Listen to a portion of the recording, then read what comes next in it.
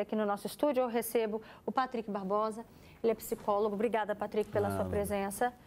A Monique está aqui também com a gente, ela é advogada, vai ajudar também nos casos, trazendo muito para a vida real, que a gente sabe que isso é mais comum do que a gente possa imaginar, né? E a gente também recebe aqui a Sônia Cristina. Obrigada, Sônia, pela sua participação. Ela também já foi vítima de violência doméstica. E você passou por esse processo também de perdoar a pessoa, de dar uma nova chance, de achar que com você dessa vez vai ser diferente. Você passou por isso? Sim, passei. Na época, quando isso aconteceu comigo, como a gente estava conversando antes, foi muito tempo, né? Não se falava tanto, né, da violência contra a mulher, como é uma pauta, né, praticamente todos os telejornais, todos os dias. Só que, exatamente, eu era muito jovem e eu sempre fiquei naquele lugar de achar assim, vai melhorar, vai ser diferente, não vai acontecer mais. E nós tivemos vários términos e várias voltas, e passava um tempo e voltava a acontecer novamente. E você criava essa esperança mesmo de então que vai ser diferente, ele vai mudar, ele prometeu, e você acreditava nisso? Acreditava. Até então eu acreditava, até porque por falta de maturidade, por falta de conhecimento, como eu disse, não era algo tão falado como é hoje, né? Então, na verdade, eu também não tinha ajuda. Então, eu sempre acreditei que ia dar certo, né? E a gente acabava voltando, passava um tempo tudo normal, depois voltava de novo. Vamos lá, normal. Você viu essa palavra aqui da Sônia Cristina, né?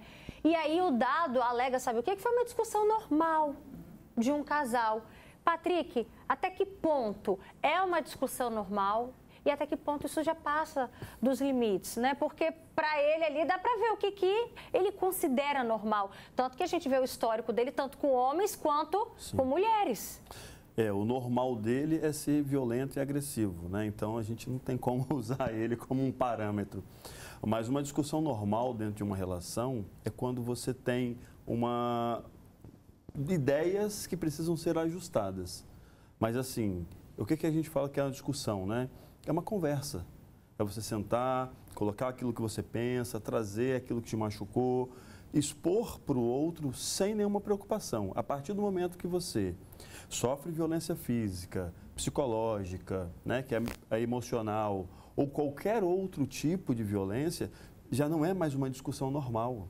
Porque quando você olha para isso, você fala que isso é normal, a gente vai falar que na família de origem, isso já era normal. Então, é uma replicação daquilo que a pessoa aprendeu. E eu vou deixar até uma pergunta no ar para daqui a pouquinho você trazer essa resposta para a gente. A gente vê ali uma lista, falando com foco agora na violência contra a mulher. Foram 6 mulheres vítimas do dado Dolabella, né? Incluindo agora a Marcela, que está na última da lista. E aí a gente se pergunta, como que com um histórico desse, ainda assim, ele consegue enganar as mulheres, prometer que vai mudar, que vai ser diferente, e ainda assim ele consegue, mesmo com todo esse histórico. Mas antes, vamos saber aqui da doutora Monique, porque um dos comentários mais que a gente vê mais latentes na internet é como que esse cara está solto, com todo esse histórico.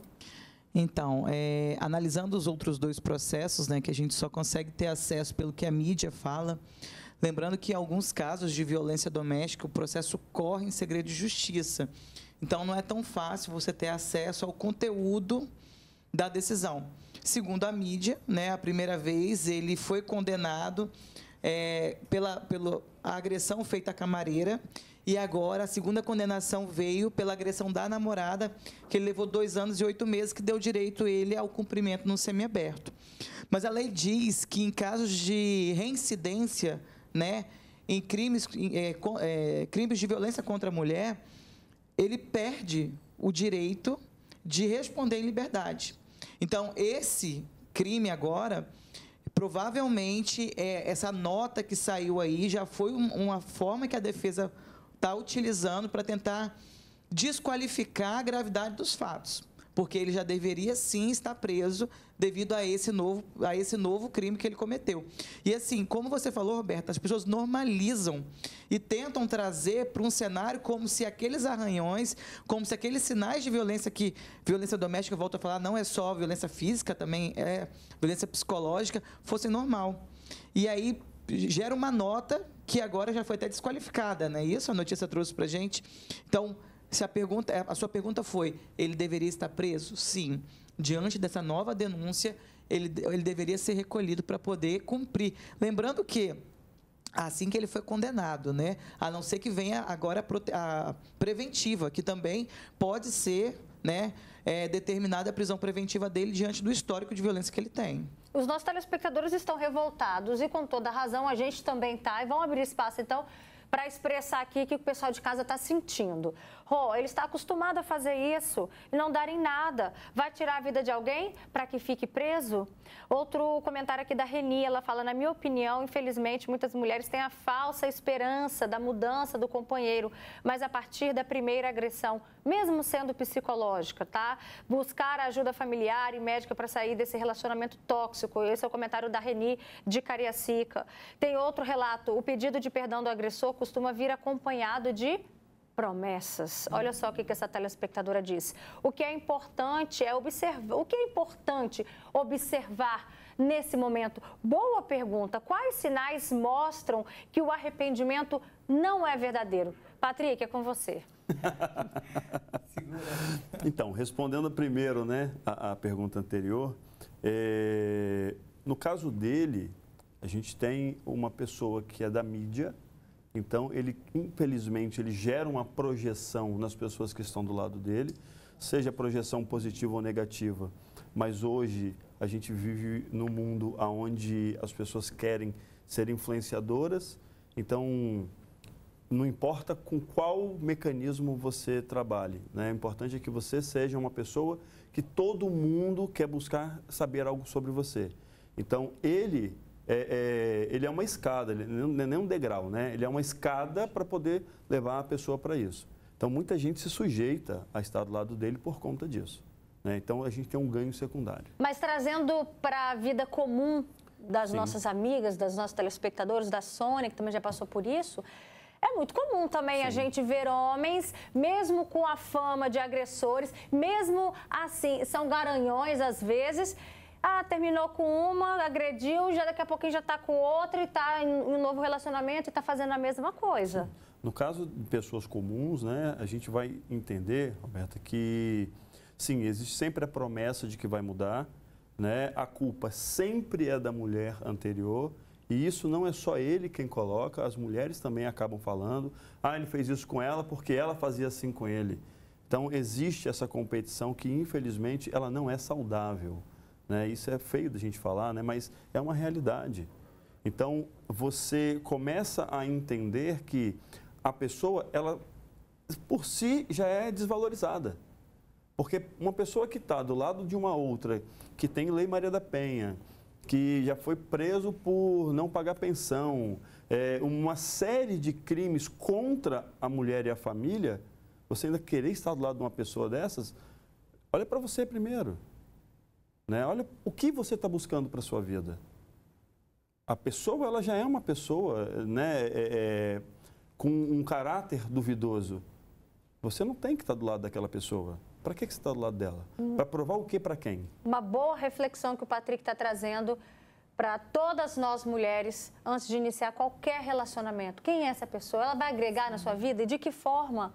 E fazer também uma análise da vida da pessoa, né? Como o doutor bem colocou, fazer um levantamento do histórico da pessoa, tanto na vida civil, quanto também na vida criminal, para saber se existe algum reincidente, né, que possa vir trazer algum prejuízo, porque nós estamos vendo mulheres sendo vítimas também, porque vão descobrindo problemas que inclusive, ocultos. Monique, tem aplicativos, tem sites, basta você ter o nome e o CPF do sujeito, você vai lá e consulta, vê se ele tem um antecedente criminal, vê se o bonitão tem alguma passagem. Mas né? a verdade, Roberto, uma coisa que eu vejo também é que eu acho que existem algumas mulheres que acreditam que não vai acontecer com elas. Ainda existe essa mentalidade de muitas mulheres já assim, aconteceu com a Sônia, mas comigo não vai acontecer. E se jogam mesmo de cabeça, arriscam, porque acreditam que com elas vão dar certo. E eu queria fazer uma consideração que na reportagem falou que a mulher foi orientada a não registrar, né, o boletim. Ela foi coagida por ele, né? Segundo o advogado dela. Então, o que eu quero deixar aqui é registrem sempre o boletim de ocorrência. Isso é muito comum de acontecer, Monique? Registre. Muitas vezes, essa pessoa, esse agressor, ele busca contato com pessoas ao redor da vítima para tentar convencê-la a não registrar a ocorrência. Ou procura o pastor, ou procura o pai, o tio, uma amiga e fala assim, olha, foi um fato isolado, isso não vai acontecer mais, me perdoa. É aquele que bate e dá flor, sabe? Então, assim, o que a gente precisa hoje das mulheres é que foi vítima de violência doméstica, registre o boletim de ocorrência. E além de registrar o boletim, você tem que acompanhar aquela medida protetiva. Vá ao fórum, leve sua identidade, vá no cartório, procure saber o andamento do processo, porque hoje existe um índice altíssimo de mulheres que desistem das ocorrências e aqueles homens, eles não são condenados. Então, assim, não adianta falar assim, registrei meu boletim de ocorrência, não deu em nada. Não só isso, você tem que ir lá, informar o seu endereço, tá com o endereço atualizado, o seu número de contato, para na hora que vier uma intimação para você, o seu processo ter seguimento e aquela pessoa que comete um mal ser condenada por aquilo. Sônia, escuta só o comentário que chegou e eu quero que você fale sobre esse assunto. Boa tarde. Quando a mulher já passou por várias agressões, situações complicadas e ainda assim insiste, mesmo recebendo conselhos e alertas de pessoas, fala que tem pena da pessoa, né? O que ela deve fazer? Daqui a pouquinho o Patrick vai também falar sobre isso, mas antes eu quero saber se você recebia alertas de amigos, de família, de pessoas próximas, falando, sai desse relacionamento. Pelo contrário, porque como eu disse, isso tem muitos anos que aconteceu, né? Então, assim, era uma outra época, era um outro tempo, e a família era algo que era necessário que permanecesse. Então, na época, eu me lembro que a minha avó, né, que hoje já é falecida, ela disse para mim, minha filha, volta para ele é o pai da sua filha. Né? Nós temos uma filha hoje que já é adulta, e na época, a minha volta também foi por causa disso. Né? Porque eu entendia que era necessário eu estar com ele porque ele era o pai da minha filha. Mas isso não acontecia só na sua época, não, tá? Sexta-feira, a gente trouxe esse assunto e 11% das mulheres agredidas no Brasil, elas ouvem esse tipo de conselho da família e dos amigos. Ninguém vai criar igual o pai. Né? É isso aí. Exatamente. Ninguém vai criar como o pai. Né? Você não vai ficar sozinho. Eu era muito jovem, eu fui mãe aos 18 anos. Né? Hoje eu tenho 51. Então, assim, era essa mentalidade que era naquela época. Você está muito jovem, você vai casar de novo, é outra pessoa que vai criar sua filha, não vai ser a mesma coisa. Então, induzida por todas essas falas, eu sempre voltava. Só que nunca voltava a ser normal. Permanecia sempre na mesma situação. A violência financeira também é um dos motivos que faz com que as mulheres fiquem nos relacionamentos. Sim. Porque elas não acreditam que elas vão conseguir ter condições de dar sustento aos filhos. Então, assim, ele fala, vai passar fome. Se você está comigo, eu garanto o seu sustento e das crianças. Então, esse medo, né, construído na cabeça delas, e aí o doutor Patrick pode me auxiliar com relação a isso, é uma coisa que faz com que muitas mulheres suportem as agressões. Sim. Porque elas acham assim, se eu sair daqui, o que vai ser o futuro dos meus filhos? Que garantia eu vou ter que vai continuar numa escola particular? Que muitas mulheres hoje, com poder aquisitivo bom, estão sendo vítimas de violência doméstica e patrimonial porque não conseguem ter uma independência financeira e manter o custo de vida que tinha antes. E a gente sabe que a violência ela está presente em todas as classes, né? Tem até um relato, é um absurdo, né? Se fosse uma pessoa de classe média baixa, o dado estaria, né? Se fosse o dado, né? Em outra versão, estaria preso. A lei tem que ser para todas as classes.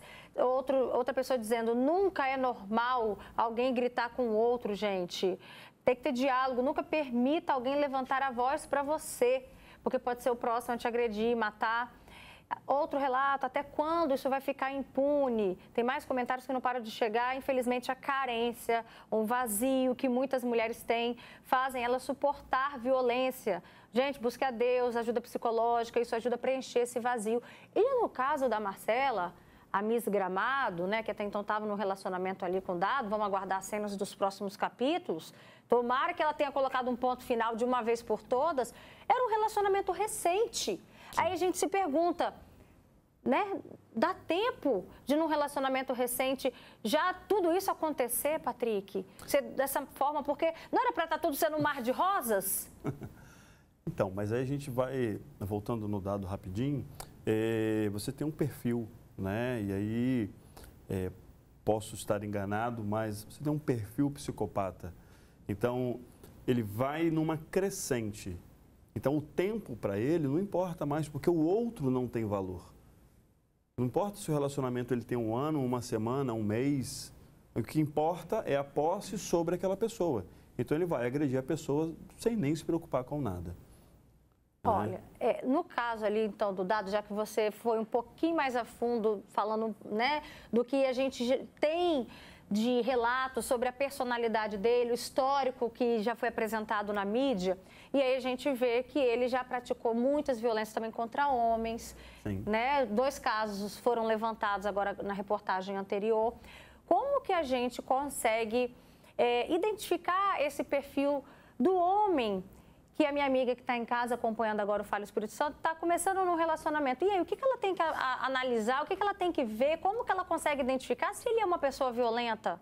Então, a gente vai analisar sinais muito claros e simples. O tom de voz, a manipulação, né, o controle sobre o outro. A gente estava conversando mais cedo aqui, né? Mas isso no primeiro mês ele consegue disfarçar? Porque ali o Dado e ela só tinham 1 mês. Uma frase que eu escutava muito, que é uma mentira, né, falada várias vezes, torna uma verdade. Mas um comportamento, ele não se sustenta.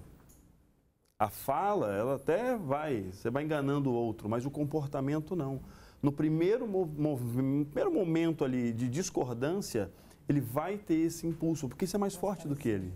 Olha só, teve uma telespectadora, a gente conversando, produzindo esse estúdio hoje, ela disse, eu perguntei para ela, ele já tinha histórico de agressão contra as mulheres? Ela disse, com outras mulheres não, mas ele era brigão na rua, né? A pessoa que pensa assim, não, na rua ele é uma coisa, em casa ele é outra. Tem como separar? Não, não. Ele era valentão na rua, então pode esperar que uma hora vai estourar em casa? Pode esperar. Ele não é valentão em casa ainda, porque em casa ele vai ter uma pessoa que é submissa. Se ele tiver uma pessoa que bata de frente com ele, que queira ser do mesmo tamanho, ele vai querer ser maior e vai agredir. Isso é característico da personalidade. Você consegue identificar algum sinal que já estava evidente na época e que hoje, com a sua maturidade, talvez fale assim, ali ele já apresentava os sinais? Hoje sim. Né? O tempo passa, a gente vai aprendendo, vivendo outras realidades. Hoje, né, com a idade que eu tenho hoje, com tudo que eu já vivi, se fosse no dia de hoje, eu conseguiria sim ter identificado alguns sinais, mas na época não. Na verdade, qual era a minha visão, meu posicionamento na época? Eu achava que tudo que ele fazia era porque ele gostava de mim. Eu não via com maldade. O meu olhar dentro daquele cenário não era de estar sendo agredida. Eu não entendia dessa forma. Eu achava, não, ele é cuidado. Ah, porque ele gosta de mim. Ah, porque ele Era esse lugar que eu ficava. Eu não entendia que, na verdade, era narcisismo, né, que era coação, que era nada disso. Sim, uma consideração. Se o seu telefone é controlado, se a sua conta, a sua fatura de banco, cartão de crédito é monitorada, se você tem que fazer chamada de vídeos nos lugares aonde você vai e a sua roupa está sendo controlada, tem sinal de violência. Perfeito. Pesquise. Perfeito. Olha, eu tenho certeza que a gente conseguiu abrir os olhos de muitas mulheres, que a gente tenha conseguido atingir o nosso objetivo, o nosso papel, né, enquanto um programa de televisão que a gente debate assuntos de família, que era esse o nosso objetivo, tá? Obrigada pela contribuição de todos vocês. Uma ótima tarde, tá?